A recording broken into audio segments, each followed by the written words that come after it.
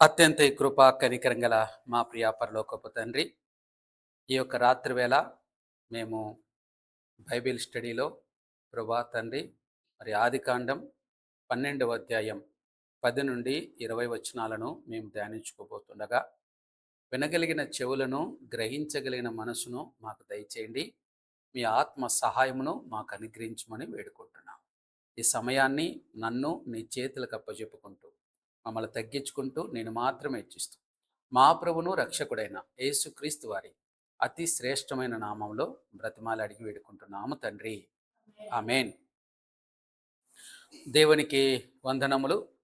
మరి గడిచినటువంటి వారం బైబిల్ స్టడీలో మనం ఆదికాండం మరి మొదటి నుంచి 9 వచనాలలో మనం ఒక గొప్ప విశ్వాస ప్రయాణాన్ని చూశాం.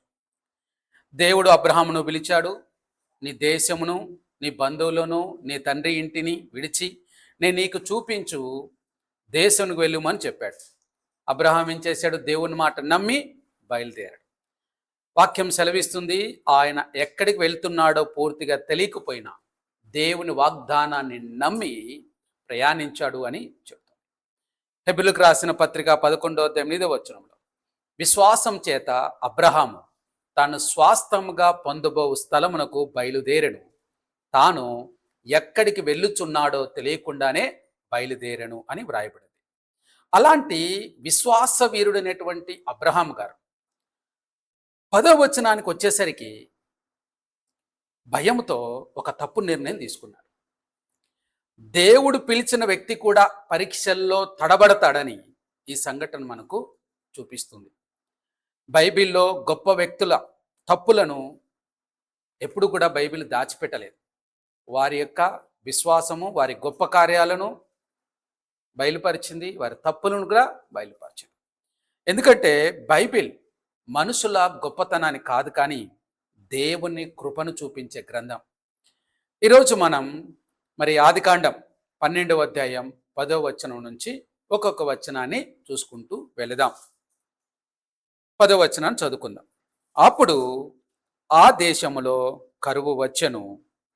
ఆ దేశములో కరువు భారముగా ఉన్నందున అబ్రాము ఐగుప్తు దేశములో నివసించుటకు అక్కడికి వెళ్ళెను. ఇక్కడ గమనించండి, ఇక్కడ మనం ఒక ముఖ్యమైన విషయాన్ని గమనించాలి. ఏంటది? దేవుడు అబ్రాహామును కనాను దేశానికి తీసుకువచ్చాడు. దేవుడు వాగ్దానం చేసిన దేశమే. అయితే అక్కడికి రాగానే ఏమైంది? కరువు వచ్చిందంట.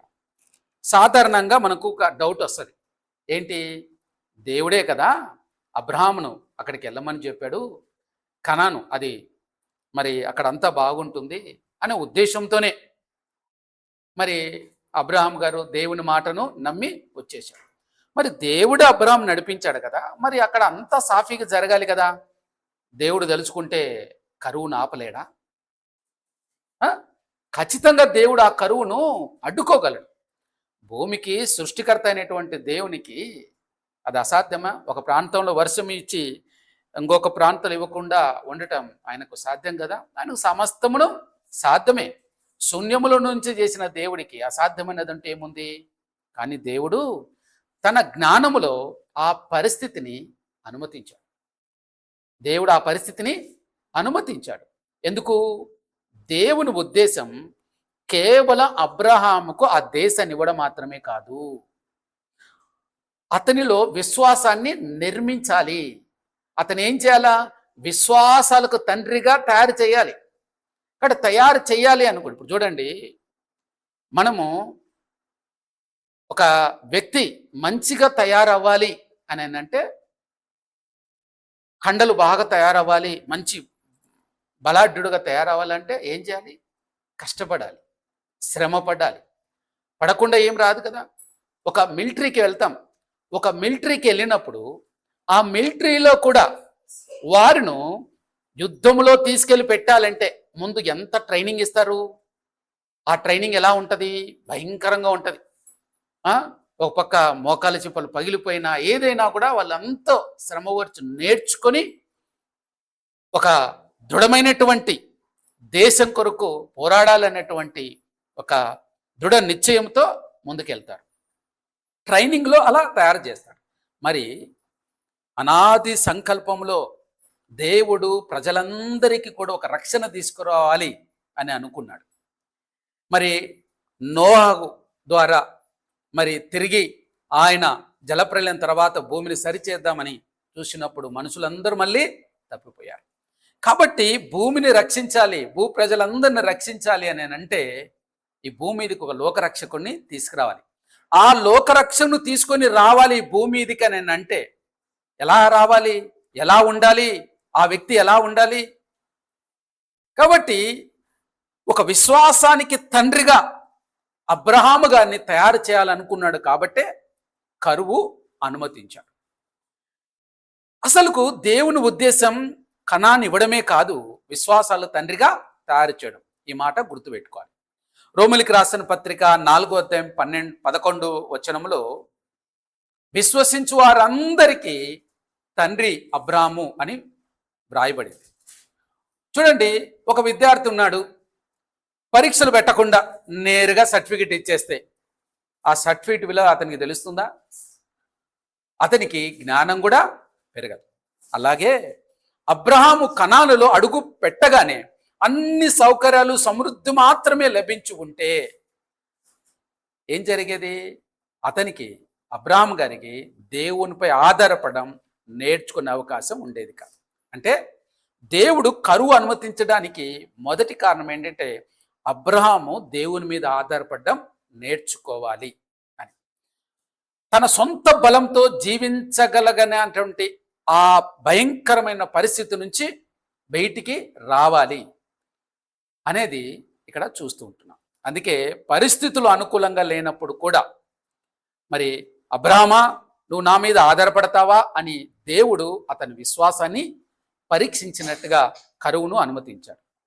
మరి అబ్రహాం గారు ఏం చేశారు? మొదటి పరీక్షలో అబ్రహాం గారు ఏమైపోయారు? తడబడ్డాడు. అంటే అతడు దేవుని వైపు చూడకుండా ఏం చేశాడు? ఐగుప్తుకు వెళ్ళిపోయాడు. చూడండి, చాలాసార్లు దేవుడు మన జీవితంలో ఒక ఆశీర్వాదాన్ని ఇస్తాడు. కానీ మనం ఆ ఆశీర్వాదాన్ని ఇచ్చిన దేవుని కంటే కూడా ఆశీర్వాదాన్ని ఎక్కువగా పట్టుకుంటాం. అంటే కనానును ఇచ్చిన దేవుని కంటే కనానునే ఎక్కువగా కనాను మీదనే ఆధారపడే పరిస్థితి వస్తుంది అన్నమాట. ఉదాహరణకు చూడండి, ఉద్యోగం. మనం ఏంటి, దేవుడు అంటాడు నీకు ఉద్యోగం ఇస్తానంటాడు, దేవుడు అంటాడు నేను ధనవంతునిగా చేస్తానంటాడు, దేవుడు అంటాడు నీకు మంచి ఆరోగ్యం ఇస్తానంటాడు, దేవుడు అంటారు నీ ప్రాణాయాసం తప్పిస్తానంటాడు. ఇవన్నీ బాగుండే, ఇవన్నీ దేవుడిచ్చే బహుమతులే. కానీ కొద్ది రోజుల తర్వాత అవన్నీ కూడా దేవుని స్థానాన్ని తీసేసుకుంటాయి. ఉద్యోగం దేవుని స్థానం తీసుకుంటుంది, డబ్బు దేవుని స్థానం తీసుకుంటే, కుటుంబం దేవుని స్థానం తీసుకుంటే, పిల్లలు దేవుని స్థానం తీసుకుంటారు. అంటే లేనప్పుడు ఏడుస్తాం, అయ్యో నా కొడుకు నీవు, నా కూతురు నీవు అని ఏడ్చి ప్రార్థన చేస్తాం. ఆ పిల్లలు వచ్చిన తర్వాత దేవుడికి ఇవ్వాల్సిన స్థానాన్ని పిల్లలకి ఇస్తాం. అందుకనే ఏమైపోతుందంటే దారి తప్పిపోయిన పరిస్థితి అయిపోతుంది కుటుంబానికి.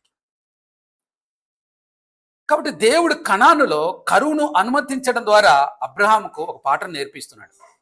అబ్రహామా, నేను ఈ దేశాన్ని తీసుకొని వచ్చాను, కనాను దేశానికి. నిన్ను పోషించేది ఈ కనాను దేశం కాదు, కానీ నిన్ను పోషించేది నేనే అని నేర్పించాలనుకున్నాడు. కరువు వచ్చినాడు అబ్రహాము భూమి వైపు చూడకుండా ఎక్కడ చూడాలి? దేవుని వైపు చూడాల్సింది. మన జీవితంలో కూడా కొన్నిసార్లు దేవుడు మనకు రావాల్సిన వాటిని తాత్కాలికంగా తగ్గించవచ్చు, ఆపేయచ్చు. ఇవన్నీ ఎందుకు చేస్తాడు? మనం అనుకుంటాం నాకు అన్నీ సమకూర్చబడ్డాయి, ఇక సింపుల్ నా పని అయిపోయింది అనుకుంటాం. నాకు అన్నీ సమకూర్చబడ్డాయి, నాకు అన్నీ వచ్చేసాయి, ఇక నా పని అయిపోయింది, సింపుల్ ఇంకా అని అనుకుంటాం. దేవుడు అనుకుంటాడు, ఓహో నీకు ఇచ్చింది నేనే, కానీ నువ్వేమనుకుంటున్నావు? ఇచ్చిన నా వైపు చూడట్లేదు, నీ సోర్స్ వనరుల మీద ఆధారపడుతున్నావు అంటే ఏంటి? డబ్బు ఇస్తాడు దేవుడు, డబ్బు మీద ఆధారపడిపోతాం, అవునా? వస్తువులు ఇస్తారు, వస్తువుల మీద ఆధారపడిపోతాం. ఇప్పుడు చూడండి, మనం ఒకటే గమనిద్దాం. దేవుడు ఒక లోన్ ఇచ్చాడు అనుకుందాం మనం. ఫర్ ఎగ్జాంపుల్, ఇదిగో నువ్వు ఇంత క్వాలిఫై అయిపోయావు, నీకు ఇంత డబ్బులు ఇచ్చారు అని అనుకుందాం. ఇచ్చేశాడు, సర్టిఫికెట్లు అన్నీ వచ్చేసి అంతా అయిపోయింది. అమ్మయ్య, నా దగ్గర ఇది ఉంది కాబట్టి నా పని అయిపోతుంది అన్నటువంటి ఆలోచనలో మనం ఉంటాం. దేవుడు ఏం చేస్తాడు? ఓకే, నువ్వు ఎలిజిబుల్ కాబట్టి, నీకు అన్నీ సమకూర్చబడ్డాయి కాబట్టి ఇక నీ పని అయిపోతుందిలే అనుకుంటున్నావా? నేను లేకుండా నీ పని అవుతుందా? కాదు. అందుకనే దేవుడు తన ఉనికిని చెప్పడానికే కొన్ని ఏం చేస్తుంటాడే, అనుమతిస్తుంటాడు. మౌనంగా ఉంటే, అడ్డంకులు వస్తుంటే సరే కానీ అని ఉంటాడు. కానీ గుర్తుపెట్టుకోవాలి, ఆ యొక్క అడ్డంకులు ఆటంకాలు అన్నీ కూడా మన మేలు కొరికే తప్ప కీడు కొర. కరువు అనేది అడ్డంకులు ఆటంకాలే. అన్నీ బాగున్నాయి కానీ ఆటంకాలు ఎందుకు వచ్చాయి? డబ్బులు ఉన్నాయి కానీ ఆటంకం ఎందుకు వచ్చింది? అన్నీ బాగున్నాయి, మంచి డాక్టర్ ఉన్నాడు, మంచి ప్రోటీన్ ఫుడ్ తీసుకున్నాం, అన్నీ తీసుకున్నాం కానీ రోగం ఎందుకు వచ్చింది? నువ్వు ఎవరి మీద ఆధారపడుతున్నావు? మందుల మీద ఆధారపడుతున్నావా? ఆహారం మీద ఆధారపడుతున్నావా? నా మీద ఆధారపడుతున్నావా? ఆరోగ్యం ఇచ్చేది నేను పొందిన గాయం ద్వారా మీకు స్వస్థత కలిగి ఉన్నదని చెప్తున్నాను. కానీ నువ్వు ఎవరి మీద ఆధారపడుతున్నావు? డాక్టర్ల మీద ఆధారపడుతున్నావు, మెడిసిన్స్ మీద ఆధారపడుతున్నావు. ఆ మెడిసిన్ కూడా మీ మీద పనిచేయాలంటే నా కృప ఉండాలి కదా. మరి నా కృప మీద లేకుండా నీవు ఎవరి మీద ఆధారపడుతున్నావు? నేను అనుమతించాను, ఒక్కసారి జ్ఞానంతో ఆలోచించు అంటున్నాడు. సమస్య వచ్చినప్పుడు మనం సృష్టికర్త వైపు చూస్తున్నామా, లేకపోతే సృష్టించబడినటువంటి వాటి కోసం మాత్రమే ఆందోళన పడుతున్నామా? మత్తయి సువార్త 6వ అధ్యాయం 31, 33 వచనాల్లో యేసు ప్రభు అంటారు, ఏమి తిందుమో ఏమి తాగుదమని చింతింపకుడి. ఏం చేయాలా? మొదట దేవుని రాజ్యమును, ఆయన నీతిని వెతకాలి, అప్పుడు అన్నీ అనుగ్రహింపబడతాయి. చూసారా, అన్నీ అనుగ్రహింపబడాలి, నీకు కావాల్సిన అన్నీ అనుగ్రహింపబడాలి అంటే నువ్వేం చేయాలి? మొదట దేవుని సన్నిధికి రావాలి, దేవుని సహవాసం చేయాలి, దివారాత్రం ఆయన ధర్మశాస్త్రం ధ్యానించాలి. ఇవి చేయకుండా, దేవుని రాజ్యం వెతకుండా, ఆ నీతిని వెతకుండా మనం లోకం వైపు వెళితే ఏమీ లాభం లేదు. మనం ద్వితీయోపదేశ కాండం 11వ అధ్యాయం 10, 12లో మోసే ఒక వివరణ ఇస్తాడు. చూడండి, కనాను మరియు ఐగుప్తుకు దేశం మధ్య భౌగోళికంగా ఒక గొప్ప తేడా ఉంది. అదేంటంటే, ఐగుప్తులో నైలు నది ఉంది. బాగా గుర్తుపెట్టుకోండి, ఐగుప్తులో నైలు నది ఉంది. వర్షంపై పూర్తిగా ఆధారపడకుండా మనుషులు కాలువలు తవ్వి తమ శక్తితో పంటలు పండించగలిగే వారు. ఎక్కడ? ఐగుప్తులు. అంటే మానవ ప్రయత్నం, స్వశక్తి మీద ఆధారపడే జీవితం సాదృశ్యంగా ఐగుప్తు కనపడుతుంది. స్వశక్తి మీద ఆధారపడేలాగా ఐగుప్తు స్వశక్తి మీద ఆధారపడేది. ఇక కనాను దేశం ఏంటి? అక్కడ ఏ నదులు ఏం లేవు. కనాను దేశం దేవుడు వర్షం ఇస్తే ఓకే, లేదంటే దేవుడిచ్చే వర్షంపైనే ఆధారపడి ఉండాలి. ద్వితీయోపదేశ కాండం 11వ అధ్యాయం 11వ వచనం చెప్తుంది, నీ దేవుడైన యెహోవా దృష్టి ఎల్లప్పుడూ దాని మీదనే ఉంటుంది, కనాను మీదనే ఉంటుంది అన్నాడు. అంటే కనాను జీవితం ప్రతిరోజు దేవునిపై ఆధారపడే జీవితం. ఐగుప్తు స్వశక్తి పైన ఆధారపడే జీవితానికి సాదృశ్యము, కనాను ప్రతిరోజు దేవునిపై ఆధారపడే జీవితం. సో దేవుడు అబ్రహాంకు నేర్పించాలనుకున్న పాఠం ఏంటి? ఐగుప్తు నైలు నది నీకు తాత్కాలిక సహాయం ఇవ్వవచ్చు. నైలు నది, ఐగుప్తు నైలు నది నీకు తాత్కాలిక సహాయం ఇవ్వచ్చు, కానీ పరలోకండి వచ్చే నా కృపావర్షమే నిజమైన జీవితాన్ని ఇస్తుంది అనేది దేవుడు నేర్పించాలనుకున్నాడు. మనకు సమస్య వస్తే మనం ఏం చేస్తాం? మనం చేసేదంతా అబ్రహాం గారు చేసినట్టే చేస్తూ ఉంటాం. అంటే దేవుడు మనం నడిపించే మార్గంలో కరువులు రావచ్చు, అర్థమైందా? సమస్యలు రావచ్చు, ఇబ్బందులు రావచ్చు, ఆటంకాలు రావచ్చు. అన్ని వచ్చినాయంటే అర్థం ఏంటి? దేవుడు నిన్ను విడిచిపెట్టాడని అర్థం కాదు. కొన్నిసార్లు కరువు మన విశ్వాసాన్ని పరీక్షించే దేవుని శిక్షణా స్థలం. మన విశ్వాసాన్ని పరీక్షించే శిక్షణా స్థలం ఏంటి? కరువులు, శ్రమలు, కష్టాలు, ఇరుకులు, ఇబ్బందులు అనేవి మన విశ్వాసాన్ని పరీక్షించే దేవుని శిక్షణా స్థలం. కానీ అబ్రహాము చేసిన తప్పేంటి? కరువు వచ్చినప్పుడు, ఇప్పుడు మనం మొదటి నుంచి 9 వచనాలు చదువుకుంటే, నీకు ఈ దేశం ఇస్తాను అనగానే ఏం చేశాడు అబ్రహాం గారు? వెంటనే బలిపీఠమును కట్టాడు, దేవునికి కృతజ్ఞత చెల్లించాడు. అవునా? ఇక్కడ కరువు వచ్చినప్పుడు వెంటనే ఏం చేయాలి అబ్రహాం గారు? దేవా, నువ్వు ఈ దేశానికి రమ్మని చెప్పు, కరువు వచ్చింది, నన్ను ఏం చేయమంటారు అని అడగాలి. కానీ దేవుని అడగకుండా తన సొంత ఆలోచనతో ఐగుప్తుకు వెళ్ళడం జరిగింది. గమనించండి, మన జీవితం అంతా కూడా ఇలాగే ఉంటుంది. మన జీవితంలో సమస్యలు వస్తుంటాయి, కష్టాలు వస్తుంటాయి, ఇరుకులు, ఇబ్బంది ఇన్ని వచ్చినప్పుడు మనం చేసేటటువంటి ప్రయత్నం ఏంటి? మొట్టమొదటిగా సొంత ప్రయత్నాలు చేస్తాం.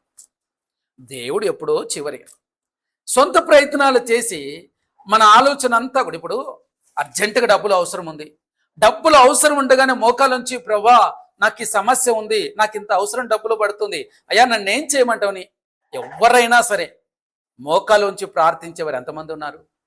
సమస్య రాగానే ఏం చేస్తాం? వనరుల పైన, లోకంలో వెళ్ళిపోతాం. అంటే మనమందరం కూడా చాలామంది చేసే తప్పు ఏంటంటే ఐగుప్తు మీద ఆధారపడతాము. ఐగుప్తు మీద ఆధారపడతాం. దేవుడు ఇచ్చినటువంటి కనాను మీద ఆధారపడ్డా, అంటే దేవుని మీద ఆధారపడ్డాం, కానీ ఇతరుల మీద ఆధారపడుతూ ఉంటాం. అందుకనే దేవుని నుండి మన దృష్టి మరల్చేటటువంటి ఆ యొక్క ఐగుప్తు లాంటి వాటి మీద నుంచి మనం బయటికి రాకపోతే మన జీవితం అగమ్య గోచరంగా అయిపోతుంది. చూడండి, అక్కడ చూస్తే 10వ వచనంలో, ఆ దేశంలో కరువు భారంగా ఉన్నందున అబ్రాహాము ఏంటని ఏం చేశారు? ఐగుప్తు దేశం నివసించుటకు అక్కడికి వెళ్ళెను. అంటే అబ్రాహాము గారు ఏం చేసి ఒక నిర్ణయం తీసుకున్నాడు, ఐగుప్తు దేశం నివసించుటకు అక్కడ వెళ్ళాడంట. ఇక్కడ మనం గమనించాల్సిన విషయం ఏంటంటే, బైబిల్ అబ్రహాము ఐగుప్తు వెళ్ళడానికి ముందు దేవుని సంప్రదించాడని చెప్పడం లేదు. ఎక్కడన్నా ఉందా? ఎక్కడ లేదు. కనాను దేశంలో కరువు వచ్చింది, కానీ దేవుని వాగ్దానం మారిందా? కరువు వచ్చిందని మారలేదు. దేవుడు అతన్ని అక్కడికి నడిపించాడు. కాబట్టి మొదట చేయవలసిన పని ఏంటి?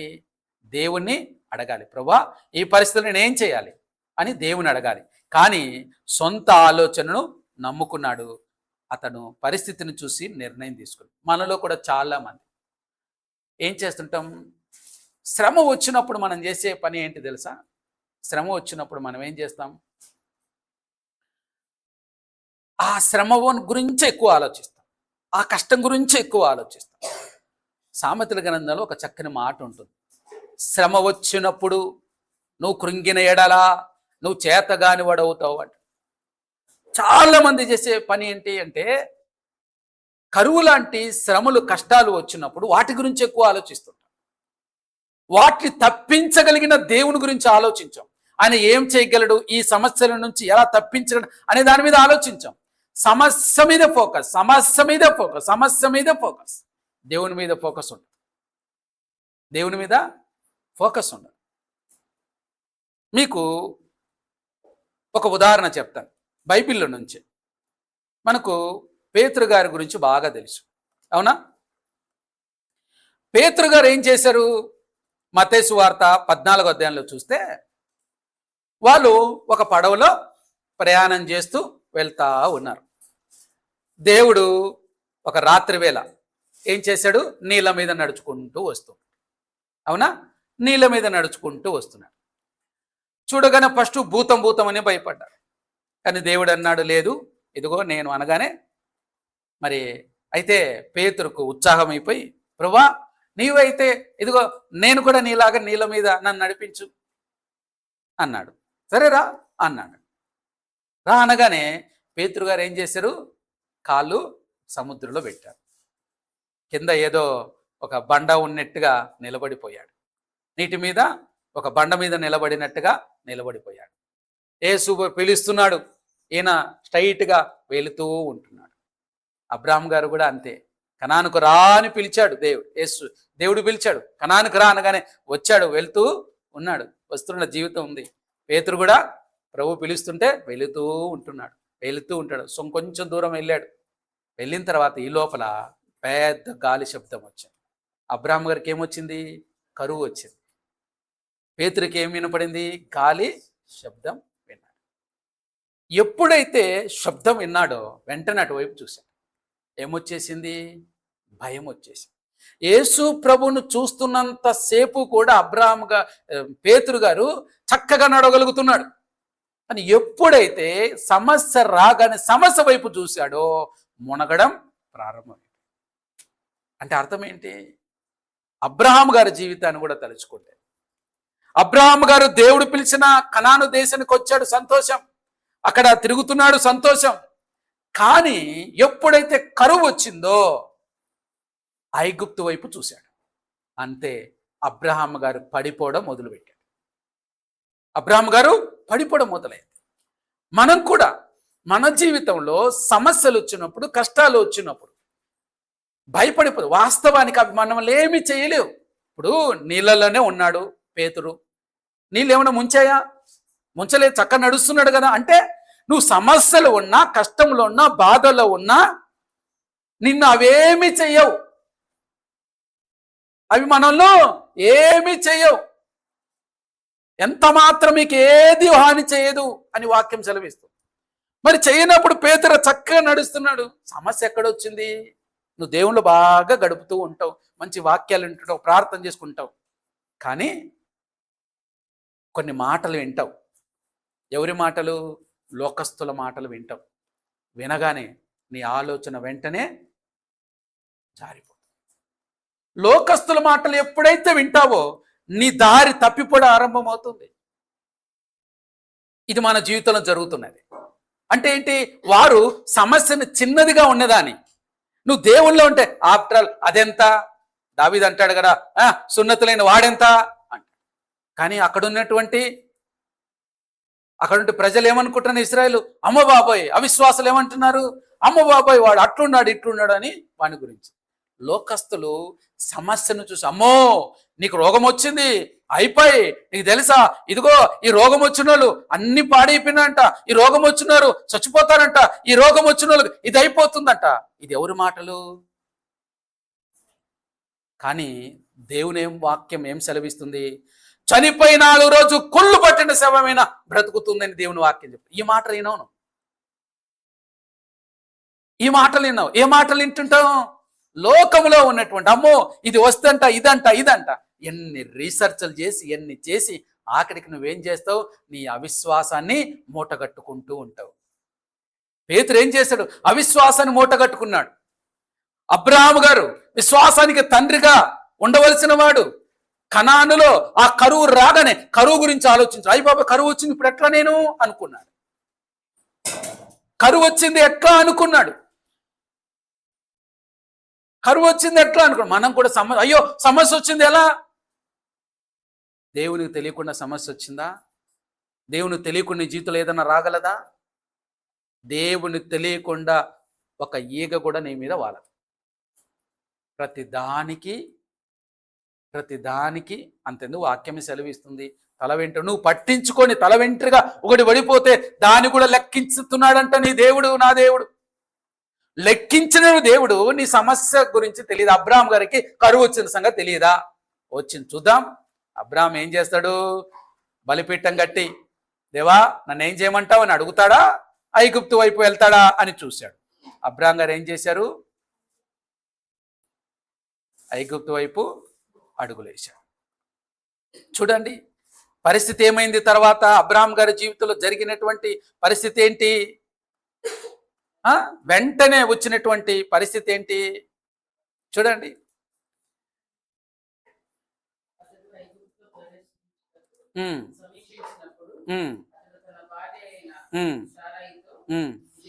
మొట్టమొదటిగా అసలుకు కరువు రాగానే అబ్రహాము గారిలో ఆలోచన మారింది. ఫస్ట్ ఏం జరిగింది? ఆలోచన మారింది. సమస్య వైపు చూస్తే ఏం జరుగుతుంది? నీ ఆలోచనలు మారిపోతాయి. నీ విశ్వాసపు ఆలోచనలు పోయి అవిశ్వాసపు ఆలోచనలు వస్తాయి. ఆలోచనలు రాగానే నెక్స్ట్ చేసే పని ఏంటి తెలుసా? రాంగ్ డిసిజన్ తీసుకుంటాం. నీ ఆలోచన మారిపోతుంది, నెక్స్ట్ రాంగ్ డిసిజన్ తీసుకుంటాం. రాంగ్ డిసిజన్ తీసుకొని ఏం చేస్తాం? అడుగులు రాంగ్ రూట్లో వేస్తాం. మరి అబ్రహాం గారు చేసింది ఏంటి? రాంగ్ రూట్లో అడుగు వేశాడు.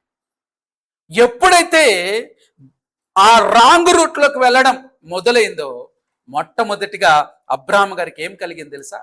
ఏమొచ్చింది?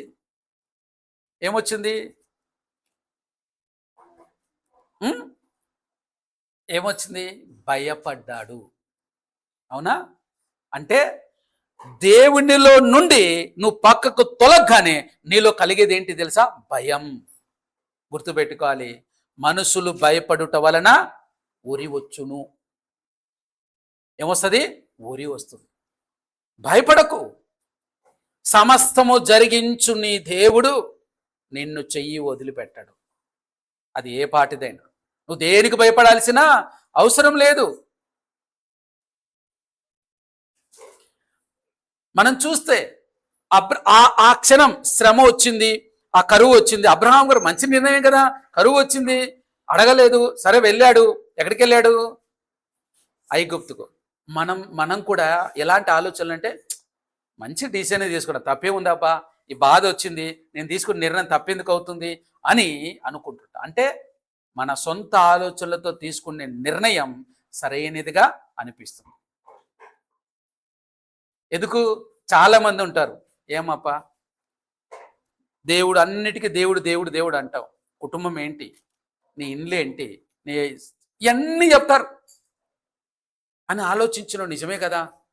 తప్పేముంది? నా పిల్లలకు ఫీజులు కట్టాలి, డబ్బులు లేవు, కొంచెం లంచం తీసుకుంటే ఏమైపోతుంది? కొంచెం మోసం చేస్తే ఏమవుతుంది? ఏం కాదులే, వాడికి ఏం నష్టం జరగదు కదా అన్నట్టు ఇలాంటి తప్పుడు ఆలోచనలతో.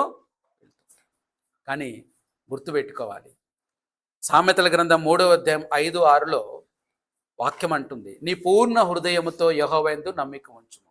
నువ్వు దేవుడి పైన నమ్మకం ఉంచాలంటే ఎలా ఉంచాలి? పూర్ణ హృదయం. స్థానం వేరేది ఉండద్దు, సెకండ్ ఆప్షన్ ఉండద్దు, అన్ని ఆప్షన్లు దేవుడే ఉండాలి. నీ స్వబుద్ధిని ఆధారం చేసుకోవద్దు, నీ సొంత ఆలోచనలు వద్దు, నీ మార్గములన్నిటిని ఏం చేయాలి? ఆయనకు అప్పచెప్పాలి. అప్పుడు ఏం చేస్తాడు? ఆయన మార్గంలో సరాం చేస్తాడు. అబ్రహాం గారు పూర్ణ హృదయంతో దేవుని యందు నమ్మకం ఉంచలేదు, అందుకనే తన స్వబుద్ధిని ఆధారం చేసుకున్నాడు. అందుకే ఏం చేశాడు? మార్గము తప్పిపోయాడు. ఇది మనకు తెలుస్తుంది. చూడండి, మొట్టమొదటిగా ఐగుప్తు దేశానికి ప్రవేశిస్తున్నప్పుడు, ఇంకా వెళ్ళలా, సమీపించినప్పుడు భయం కలుగుతూ ఉంది. ఎప్పుడైతే లోకంలోకి వెళతావో నీ జీవితం అంతా కూడా ఏమైపోతుంది? అబద్ధాలతో, భయాలతో, ఆందోళనలతో నిండిపోయి ఉంటుంది. ఏమంటున్నాడు? 12వ వచనం, ఐగుప్తులు 11వ వచనంలో, అతడు తన భార్యైన సారైతో, ఇదిగో నువ్వు చక్కని దానవని ఎరుగుదును, ఐగుప్తులను చూచి ఈమె అతని భార్య అని చెప్పి నన్ను చంపి నిన్ను బ్రతకనిచ్చెదరు. ఎంత భయపడిపోతున్నాడు చూడండి. చూడండి, అతని మనసులో భయం మొదలైంది. సారా వయసు ఎంత అప్పటికి?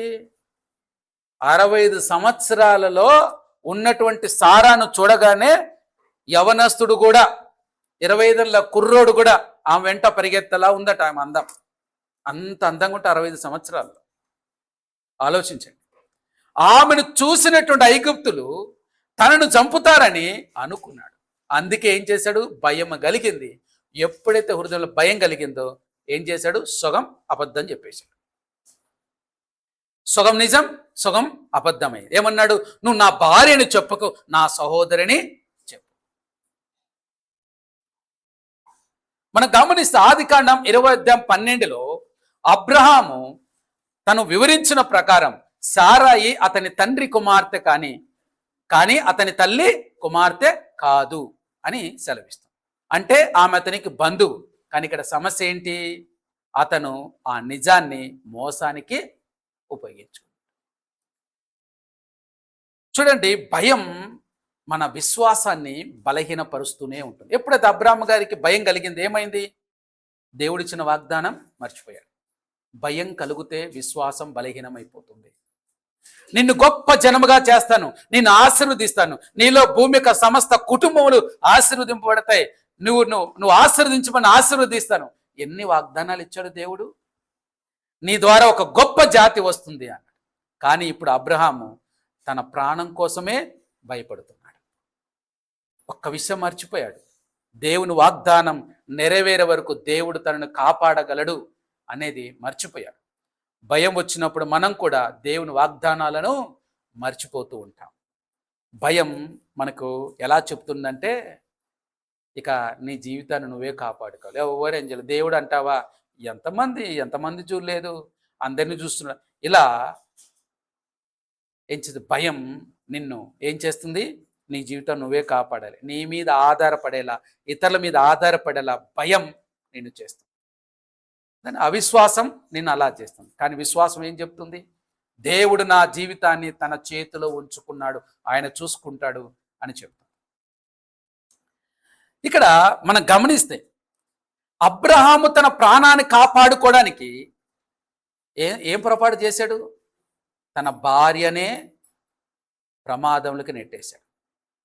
వారు నన్ను చంపుతారేమో అని భయపడ్డాడు, కానీ తన భార్య గురించి ఆమెను తీసుకుపోతారేమో అనే భయం కంటే తన ప్రాణ భయం అతనిలో ఎక్కువైంది. అంటే ఇప్పుడు శారా కంటే తన ప్రాణం గురించి ఎక్కువ ఆలోచన. చూసారా, లోకంలో పడిపోతే, ఈరోజు లోకంలో ఉన్నటువంటి అనేక మంది మనుషులు మనం చూస్తే భార్య భర్తల మీద సమాధానం లేకుండా పోవడం, చంపుకోవడాలు కూడా ఎందుకు వస్తున్నాయి? దేవుని నుండి దూరంగా వెళ్ళిపోతే ఇలాంటి పరిస్థితే వస్తుంది. అబ్రహాం గారు కనానులో నుండి బయటికి వెళ్ళిపోయాడు, దేవుని సన్నిధి నుంచి బయటికి వెళ్ళిపోయాడు, సమస్యలు మొదలైపోయాయి. చూడండి,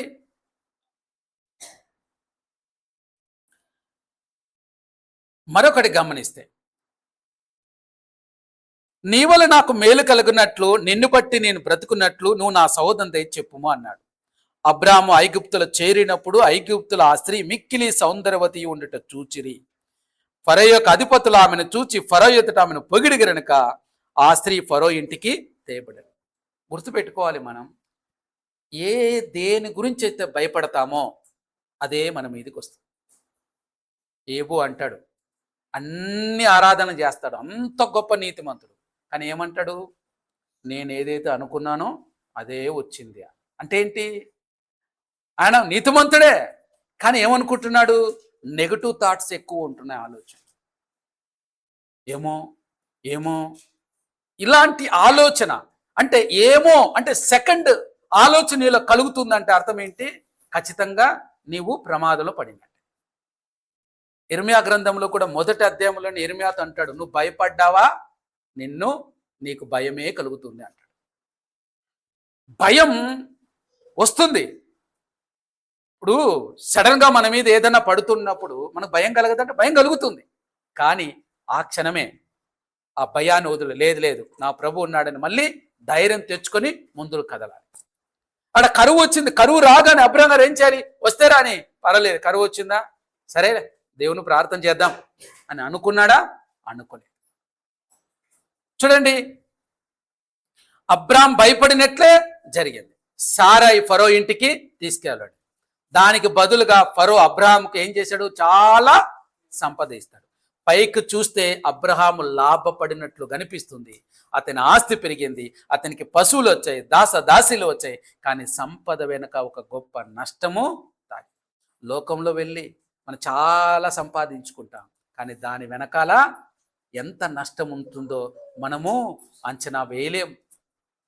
లోకంలో చాలా సంపాదించుకుని, అబ్బా నేను ఇంత సంపాదించాను, ఆ మందిరం వెళ్ళకుంటే ఏమి, ఆదివారాన్ని ఇంత డబ్బులు సంపాదించుకోవచ్చు, ఒక 1000 రూపాయలు ఎక్కువ వస్తుందంటే ఆదివారం చేస్తానని మందిరాన్ని వదిలిపెట్టి ఆదివారం ఎక్కువ డబ్బులు సంపాదించుకుందామని ఆలోచనతో వెళ్ళిపోయినటువంటి ఆ సంపాదనంతా సంపాదించుకున్నాడు. కానీ ఆ సంపాదన ఏమవుతుంది? తీసుకెళ్ళగలుగుతారా? లేదు. అబ్రహాము గారికి అన్ని సంపద వచ్చింది, డబ్బు వచ్చింది, చాలా ఆస్తులు వచ్చాయి, దాసదాసీలు వచ్చాయి, పశువులు వచ్చి అన్నీ పెరిగింది. కానీ ఏం కోల్పోయాడు తెలుసా? తన భార్యను కోల్పోయే పరిస్థితికి వచ్చాడు. దేవుడిచ్చిన భార్యను అతను ప్రమాదంలోకి నెట్టాడు. రెండోది ఏంటి తెలుసా? తన సాక్ష్యాన్ని కోల్పోయాడు. మనం ఎప్పుడైతే లోకంలో అడుగు పెడతామో దేవుని వదిలిపెట్టి, మొట్టమొదటిగా మనం కోల్పోయేది ఏంటి తెలుసా? మన జీవితాన్ని కోల్పోతాం. రెండవదిగా మన సాక్ష్యాన్ని కోల్పోతాం. చూడండి, ఆదికాండం 12:7 అప్పుడు యెహోవా అబ్రహాము ప్రత్యక్షమై ఈ దేశం సంతానముకు ఇచ్చేదని చెప్పాడు. ఈ దేశం నీ సంతానమునికి ఇచ్చేదని అన్నాడు. అప్పుడు అతడు అక్కడ యెహోవాకు బలిపీఠమును కట్టాడు. 8వ వచనంలో కూడా అతను బలిపీఠం కట్టి దేవుని నామాన్ని పిలిచాడు. కానీ ఐగుప్తులో అతను బలిపీఠము కట్టలేదు. ఎందుకు? రాజీ పడిన చోట ఆరాధన బలహీనం అవుతుంది. నువ్వు ఎప్పుడైతే లోకంలో పడతావో నీ ఆరాధన తగ్గిపోతుంది, నీ భక్తి జీవితం తగ్గిపోతుంది, దేవునికి దూరం అవుతూ ఉంటావు. ఇక్కడ గమనించండి, దేవుడు సారాయి ద్వారా సంతానం ఇస్తానని వాగ్దానం చేశాడా? ఎప్పుడైతే దేవుని యొక్క వాగ్దానం నుండి పక్కకి వెళ్ళిపోయాడో, ఆ ఐగుప్తుకు వెళ్ళిపోయాడో ఎంత ప్రమాదం వచ్చింది. ఇప్పుడు శారాను ఫరో తీసేసుకుంటే ఇప్పుడు ఏం జరుగుతుంది? వాగ్దానం నెరవేరుతుందా? అంటే దేవుడు సారాయి ద్వారా సంతానిస్తాను వాగ్దానం చేశాడు. కానీ ఇప్పుడు సారాయి ఎవరింట్లో ఉంది? ఫరో ఇంట్లో. అయితే దేవుని వాగ్దానం మనుషుల తప్పుల కంటే కూడా గొప్పది. దేవుని వాగ్దానం మనుషుల తప్పుల కంటే గొప్పది. అందుకే దేవుడు ఏం చేశాడు? ఎంత ప్రేమగల దేవుడు స్వయంగా జోక్యం చేసుకున్నాడు. అబ్రహాము గారు ప్రార్థన చేయలేదు. దేవుడికి తెలుసు అబ్రహాము గారు బలహీనంగా ఉన్నాడు. సరే, అబ్రహాం నేను కదా తయారు చేస్తాను, ఓకే పర్వాలేదు, తప్పు చేశాడు పర్వాలేదు. మనం కూడా అనేక సార్లు పొరపాట్లు చేస్తూ ఉంటాం, తప్పిదం చేస్తూ ఉంటాం. గుర్తుపెట్టుకోండి, భూమాకాశములు మారిపోయినా పొల్లైనను సున్నైనను మారదు దేవా, నీ మాట సత్యమైనది, నీ వాగ్దానం మార్పులేనిది. దేవుని మాట సత్యమైనది, మార్పులేనిది, అక్షరం పొల్లుపోకుండా నెరవేరు. అబ్రహాం గారు తప్పు చేశాడు కదా అని చెప్పి దేవుడు వదిలిపెట్టలేదు. నువ్వు తప్పు చేసావు కదా అని దేవుడు వదిలిపెట్టడు. చివరి వరకు ఆ వాగ్దానాన్ని జీవితంలో నెరవేరడానికి దేవుడు కదులుతూనే ఉంటాడు. నీ చుట్టూ ఒక వైఫైలా తిరుగుతూనే ఉంటాడు. కొన్నిసార్లు రాజీ మనకు తాత్కాలిక లాభం ఇస్తుంది, కానీ ఆ లాభం వెనుక ఆత్మీయ నష్టం దాగి ఉండవచ్చు. లోకమిచ్చే లాభం మన దగ్గరికి రావచ్చు, కానీ మన సమాధానం, మన సాక్ష్యం, మన ఆరాధన పోతే అది నిజమైన ఆశీర్వాదం కాదు. అబ్రహాం గారు ఏం కోల్పోయారు? భార్యను కోల్పోయారు. ఇక్కడ చూస్తే సాక్ష్యం, గొప్ప సాక్ష్యం కోల్పోయాడు. వాగ్దానాన్ని పోగొట్టుకునే పరిస్థితి వచ్చింది. చూడండి, డబ్బులంతా వచ్చాయి అబ్రహాం గారికి, ఆస్తులు వచ్చాయి, దాసదాసులు వచ్చారు, కానీ ఏం పోగొట్టుకున్నాడు? జీవితమే పోగొట్టుకున్నాడు. మత్తయి సువార్త 16:26 అంటుంది, ఒక మనుషుడు లోకమంతా సంపాదించుకొని తన ప్రాణమును పోగొట్టుకుంటే అతనికి ఏమి లాభం అంట. అయితే 17 చూస్తే, అయితే యెహోవా అబ్రాము భార్య అయిన శారాను బట్టి ఫరోను అతని ఇంటి వారిని మహారోగములతో మొత్తెను. ఫరో అబ్రామును పిలిచి, నువ్వు నాకెందుకు ఇలా చేసితివి? ఆమె నీ భార్య నాకెందుకు చెప్పలేదు? ఇప్పుడు నీ భార్యను తీసుకొని పొమ్ము అని చెప్పాడు. చూడండి, అబ్రహాము తప్పు చేశాడు. దేవుని మార్గదర్శనం లేకుండా నిర్ణయం తీసుకున్నాడు, భయపడ్డాడు. కానీ దేవుడు మౌనంగా మాత్రం ఉండలేదు. ఏం చేశాడు? అబ్రహాము తన జ్ఞానముతో కాపాడుకోగలని అనుకున్నాడు, కానీ దేవుడు తన కృపతో రక్షించడం మొదలుపెట్టాడు. అంటే దేవుని స్వభావం ఎలాంటిదో మనం అర్థం చేసుకోవాలి. దేవుడు అబ్రహామును కాపాడింది అబ్రహాము యొక్క పరిపూర్ణత వల్ల కాదు, అతని మంచితనం వల్ల కాదు, పిలువగానే వచ్చాడు కదా దాన్ని బట్టి కాదు. తిమోతికి రాసిన 2వ పత్రిక 2వ అధ్యాయం 13 వచ్చిన పౌలు గారు అంటారు, మనం నమ్మదగిన వారం కాకపోయినా ఆయన నమ్మదగిన వాడు. మన నమ్మకస్తులం కానప్పటికీ ఆయన నమ్మదగిన వాడు. ఆయన తనను తాను నిరాకరించుకొనలేడు. మనుషుల వైఫల్యాల కంటే దేవుని విశ్వసనీయత గొప్పది. మాట ఇస్తే మాట తప్పని దేవుడు. పరిస్థితులు అన్నీ వ్యతిరేకంగా ఉండని ఆయన అంటాడు, పరిస్థితులు నాకేం సంబంధం, సమస్తాన్ని సృష్టించిన నాకు సమస్తము సాధ్యమే అంటాడు. నీ జీవితంలో ఏ పరిస్థితి అయినా సరే వ్యతిరేకంగా ఉండని, ఎంత కష్టంగా ఉండని, ఏదైనా ఉండని, ప్రభు అంటున్నాడు భయపడవద్దు, నాకు ఏది అసాధ్యం కాదు, సమస్తమును సాధ్యమే.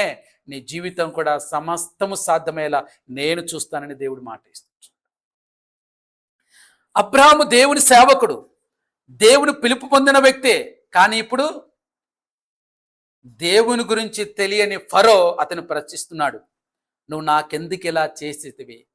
ఎంత బాధకరమైన పరిస్థితి.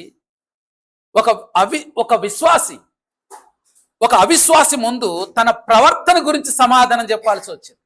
ఈరోజు లోకస్తులు మనల్ని అడుగుతున్నారు, ప్రశ్న అడుగుతున్నారు, ఏమయ్యా నువ్వు దేవుని బిడ్డవంటావు, ఇదేనా నువ్వు చేసేదని అడుగుతూ ఉన్నారు. ఏం సమాధానం చెప్తున్నాం మనం? మన వల్ల దేవుని నామానికి అపకీర్తి వస్తుంది. మన నిర్ణయాల వల్ల దేవుని పేరు అపకీర్తి పాలవుతుంది, మనం చేసే పనుల వల్ల. ఆలోచించండి. ఐగుప్తు సంపాదన నిజమైన దేవుని ఆశీర్వాదమా? చూడండి, మనం తర్వాత వచనంలో చూస్తే అబ్రహాం ఐగుప్తుని తిరిగి వచ్చినప్పుడు అతని దగ్గర చాలా సంపద ఉంది. నిజంగా అది ఆశీర్వాదమా? పైకి చూస్తే అలా అనిపించవచ్చు, కానీ లోతుగా పరిశీలిస్తే ఏముంది? ఆశీర్వాదం కాదు, అది రాజీ వల్ల వచ్చింది. లోకంతో రాజీ వల్ల వచ్చిన సంపద. ధనం వచ్చింది, కానీ తప్పుడు నిర్ణయం వలన. సామెతల గ్రంథం 10వ అధ్యాయం 22వ వచనం అంటుంది, యెహోవా ఆశీర్వాదం ఐశ్వర్యం ఇచ్చును, దానితో దేన్ని కలపడానికి వీలేదు. దేవుని ఆశీర్వాదం పరిశుద్ధమైనది, అది మనల్ని దేవుని దగ్గరికి చేస్తుంది. కానీ ఐగుప్తులో సంపద ఎలా వచ్చింది? అబ్రహాం భయపడడం వల్ల వచ్చింది, అబద్ధం చెప్పడం వల్ల వచ్చింది, రాజీ పడడం వల్ల వచ్చింది. లోకములో నువ్వు ధనవంతుడు అవ్వాలి అనుకుంటే రాజీ పడాల్సి వస్తుంది, అబద్ధాలు ఆడాల్సి వస్తుంది, భయపడాల్సి వస్తుంది. దీనివల్ల లోకంలో నువ్వు సంపాదన బ్రహ్మాండంగా చేసుకుంటావు, కానీ నీ ఆత్మీయ జీవితం పతనం అవుతుంది. ఇది గుర్తుపెట్టుకోవాలి. నువ్వు సంపాదిస్తున్న ప్రతి రూపాయి దేవుడిచ్చిన ఆశీర్వాదమా, లేకపోతే లోకంతో రాజీ పడడం వలన వచ్చిందా అనేది మనం చూసుకోవాలి. ఆదికాండం 16వ అధ్యాయంలో మనం హగరు గురించి చదువుతాం. హగరు ఎవరు? ఒక ఐగుప్తురాలు. ఆమె ఎలా అబ్రహాం ఇంటికి వచ్చింది? ఐగుప్తుండి వచ్చిన దాసిలలో ఒకరు. అంటే తర్వాత సారాయి తన సొంత ప్రయత్నం దేవుని వాగ్దాన్ని నెరవేర్చాలని ప్రయత్నించింది ఈ హగరు కారణంగా. అవునా? దాని ఫలితమే హగరుకు అబ్రహాంకు పుట్టినటువంటి ఇస్మాయిల్ సంగతి. చూడండి, సవితి పోరు వచ్చింది, భయంకరమైన పరిస్థితి వచ్చింది. ఎంతగా పరిస్థితి వచ్చింది చూడండి. శత్రువులను కొని తెచ్చుకుంది చెప్పాలి అంటే. అబ్రహాము ఐగుప్తు అనుభవం ఏం చేసింది? ఇప్పటికీ కొట్టుకొని చేస్తున్నారు. అవునా? ఇప్పటికీ ఈ సమస్య తీరట్లేదు. ఇస్మాయిల్ సంతానానికి ఇస్సాకు సంతానానికి ఎప్పుడు గొడవలుగానే ఉంటాయి. ఆలోచించండి. తర్వాత లోతుతో గొడవలు వచ్చేసాయి. సొంత కొడుకులా చూసుకున్న అతనితో గొడవలు వచ్చేసాయి. అంటే ఏమర్థమవుతుంది దీనివల్ల? దేవుని ఆశీర్వాదం అది కాదు. గుర్తుపెట్టుకోండి. ఈ ఒక్క అధ్యాయంలో ఈ 10 నుంచి 20 వచనాల్లో మనం నేర్చుకోవలసినటువంటి పాఠాలు. మన సొంత తెలివితేటలు ఏమాత్రం పని చెయ్యవు అని నేర్చుకోవాలి. అంటే స్వబుద్ధిని ఆధారం చేసుకోవద్దు. రెండవదిగా, మనుషులిచ్చే ఆస్తి కంటే దేవుడిచ్చేదే గొప్పది. అది గుర్తుపెట్టుకోవాలి. ఇక మూడవదిగా, పోగొట్టుకుంటాననే భయం పోయింది. రెండవది,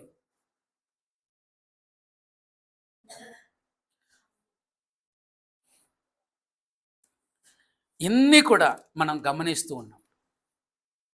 అబ్రహాం గారి జీవితం, ఆ యొక్క సంఘటన మనకు నేర్పిస్తున్న పాఠ.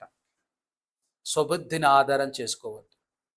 సమస్య నీకే కాదు, అందరికీ వస్తాయి.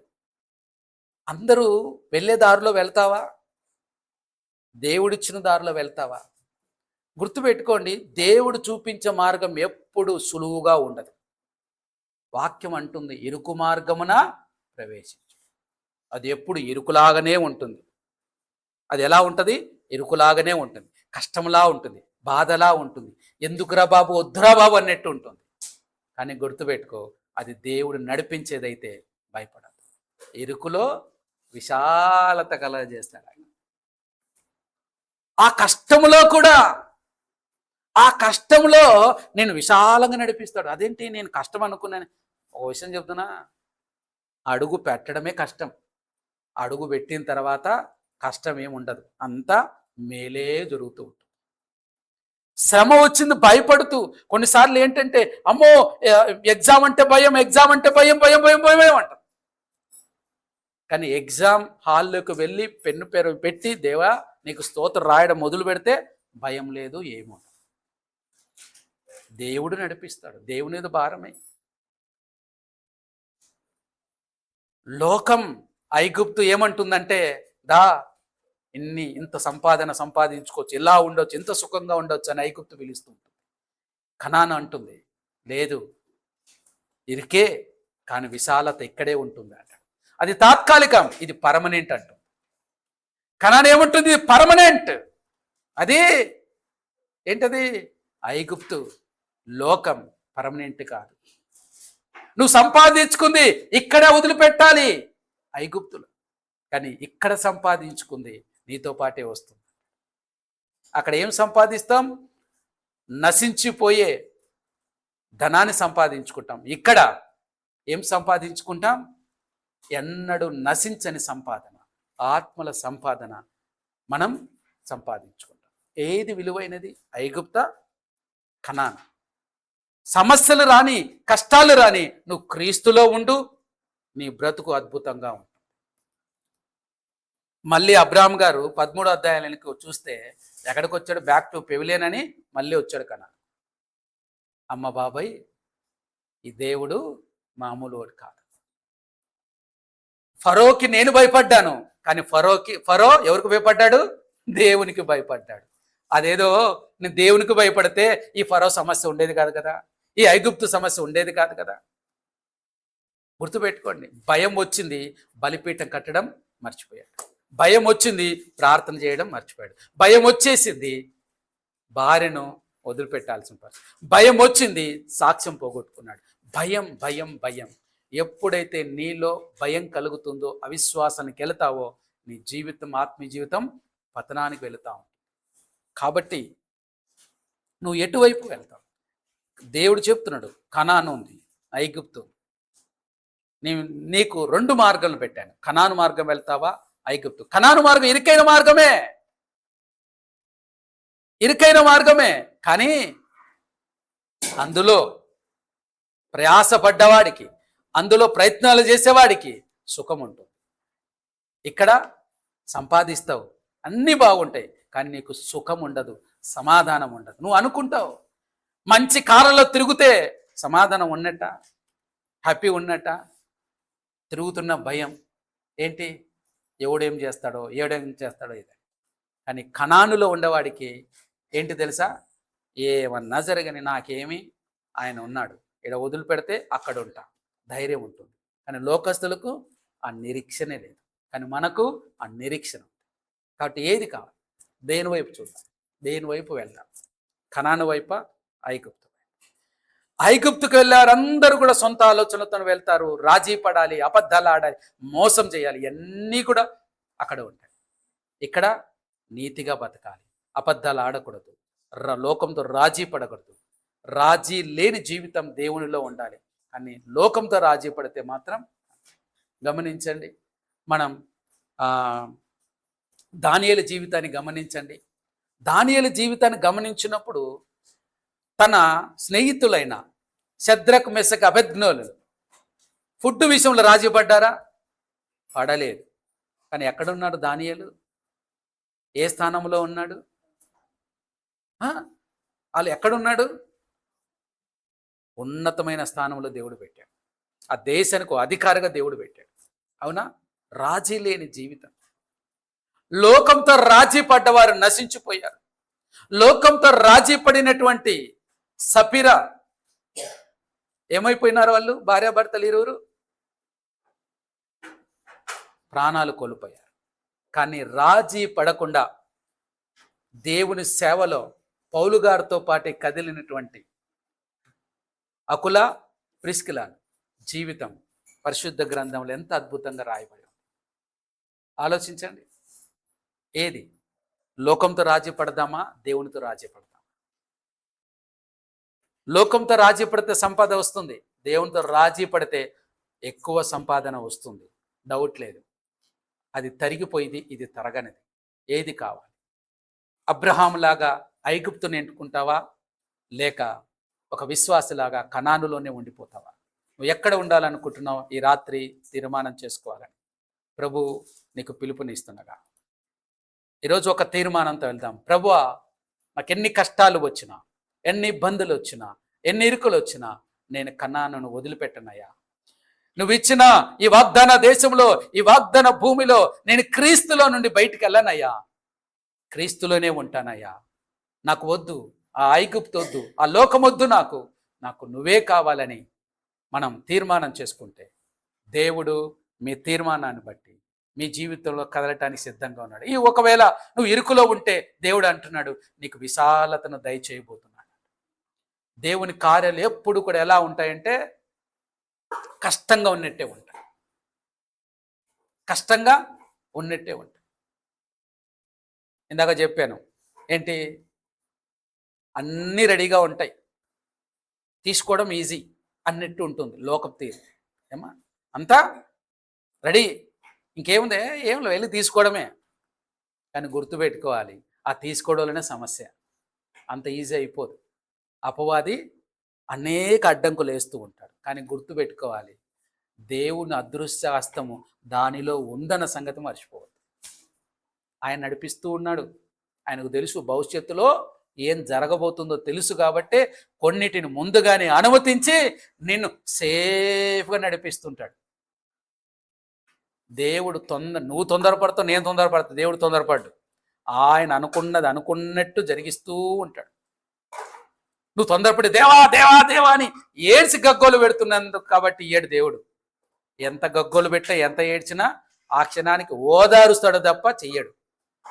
ఆయన చెయ్యాలనుకున్న సమయం, ఎందుకంటే అది నీకు మేలు కాబట్టి ఆ సమయంలోనే చేస్తాడు. అంతవరకు ఓపిక పడ్డు. ఏం జరుగుతుందో దేవుని వైపు చూడు. ఆయన అన్నాడు కదా, నేను కదా ఇప్పిస్తుంది, నేను కదా చేసేది, నేను కదా ఏదైనా చెయ్యాలి. ఎందుకు భయం? భయపడకు, ధైర్యంగా అడుగు. కనానులోనే ఉందాం, ఐగుప్తుకు దూరంగా ఉందాం. దేవుని యొక్క మహా ఆశీర్వాదాలు పొందుకుందాం. దేవుడట్టి కృప మనందరికీ దయచేయును గాక.